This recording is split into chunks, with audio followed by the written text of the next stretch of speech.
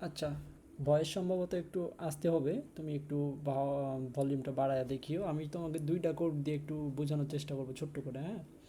প্রথমে আমি chat GPT আমাকে যেটা দিয়েছিল এর মধ্যেও একটা উদাহরণ দিয়েছে, এইখানে খেয়াল করো যে প্রথমে একটা ফাংশন নিয়েছে, তাই না?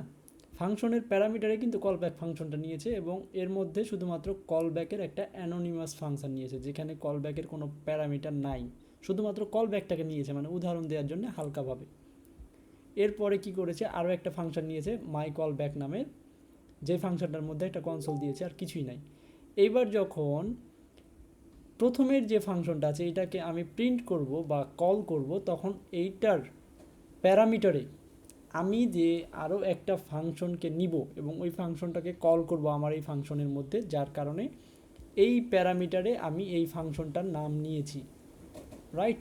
অর্থাৎ আমি একটা ফাংশনের মধ্যে যখন আরও একটা ফাংশনকে ডাকবো, এই জন্যই তো কল ব্যাক ফাংশনটা আমরা ইউজ করি, তাই না? তো যে ফাংশনটা কল করলে আরও একটা ফাংশনকে ডাকবো, ওই ফাংশনের মধ্যে আমরা কল ব্যাক যে ফাংশন আছে এইটাকে নিব। এতটুকু হচ্ছে সাধারণ কল ব্যাক ফাংশন, যেটুকু মানে এটা তো আমার থেকে তুমি ভালো বুঝো। এখন আমি যেটা তোমাকে বুঝাতে চাচ্ছি সেটা হচ্ছে আমার কোডটাতে যাই, হ্যাঁ। আমার কোডটাতে খেয়াল করলে দেখতে পাবা যে সেম কাহিনী, এই যে এইটা হচ্ছে আমার মেইন ফাংশন যেটাকে আমি প্রিন্ট করতে চাচ্ছি। এর মধ্যে আমারও কল ব্যাক ফাংশনটা আছে এবং এই কল ব্যাক ফাংশনের মধ্যে কিন্তু আমার দুইটা প্যারামিটার আছে, যেহেতু আমি কাস্টমারের নাম এবং ফুড নাম দিয়ে সব কিছু প্রসেস করেছি, সেহেতু আমার এখানে দুইটা প্যারামিটার লাগবে। ওইখানে প্যারামিটার ছিল না, কারণ ওইখানে কোনো প্যারামিটার প্রয়োজন হয়নি যখন ফাংশনটাকে আমি প্রিন্ট করতে চেয়েছি, কিন্তু এখানে তো আছে, তাই না? এবং এই ফাংশনটা যখন আমি কল করব তখন আমার লাগবে কোন দুইটা, প্রথমে আমি এই ফাংশনটাকে কল করতে চাই কল ব্যাক হিসেবে। আবার যখন আমি এই ফাংশনটাকে কল করব, এর কল ব্যাক হিসেবে আমি আরও একটা ফাংশনকে নিব, ডেলিভার্ড অর্ডার। অর্থাৎ প্রথমে আমি এই ফাংশনটাকে কল করলে যেন এটা কল ব্যাক হয়, এরপরে যেন এইটা হয়। তাহলে ওইখানে আমরা দেখেছিলাম যেটাকে আমি কল ব্যাক করতে যাচ্ছি ওটাকে আমি প্যারামিটার দিব। তাহলে এখানে অ্যাকচুয়ালি কী করছে দেখো, প্রথমে কাস্টমার এবং বার্গার দুইটা প্যারামিটার, যেটার এই প্যারামিটারের জন্য দিয়েছি। তৃতীয় নম্বর প্যারামিটারটা হচ্ছে কল ব্যাকের জন্যে।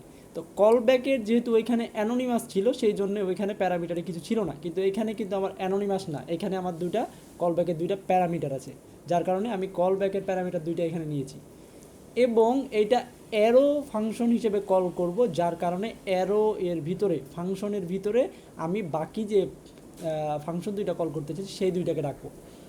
এরপরে দেখো, প্রথমে যেহেতু আমি একটাকে ডাকছি এবং সেইটার প্যারামিটার হিসেবে সেম আমি আরও দুইটা প্যারামিটার দিয়েছি, কিন্তু 3 নম্বর প্যারামিটারে এগেইন কলব্যাক প্যারামিটার, কারণ আমি এই 2 নম্বর প্যারামিটারের মধ্যে কিন্তু আমি আরও একটা কলব্যাক দিয়েছি যে আমার ডেলিভার অর্ডারকে লাগবে, যার কারণে এর মধ্যে আমি আরও একবার প্যারামিটার হিসেবে দুইটা দিয়েছি এবং আরও একবার ফাংশন অ্যারো ফাংশন হিসেবে কলব্যাক ফাংশনকে কল করেছি যে আমার ডেলিভার অর্ডারকে কলব্যাক করো। দ্যাটস ওয়াই যে এটা একটার মধ্যে আরও একটা ঢুকে আছে, মানে একটা আমি যখন এটারে কল করতেছি তখন এ কী করবে, কল ব্যাক করবে এরে। এরে যখন কল করব তখন এ আবার কল ব্যাক করবে কারে, এরে। যার কারণে একটার ভিতরে আরেকটা ঢুকাই দিছে এই জায়গায়, এই জন্য তোমার সমস্যা হচ্ছে।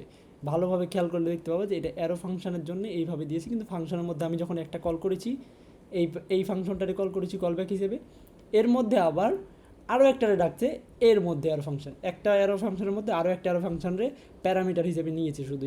এর বেশি কিছু না, এখানে দুইটা প্যারামিটার এক্সট্রা আছে যেহেতু আমি কাস্টমার আর বার্গার নিয়েছি, মানে ফুড নাম নিয়েছি, এই তো। এইটাই প্যারা, আর কোনো প্যারা নাই। আশা করি তুমি বুঝতে পারবা।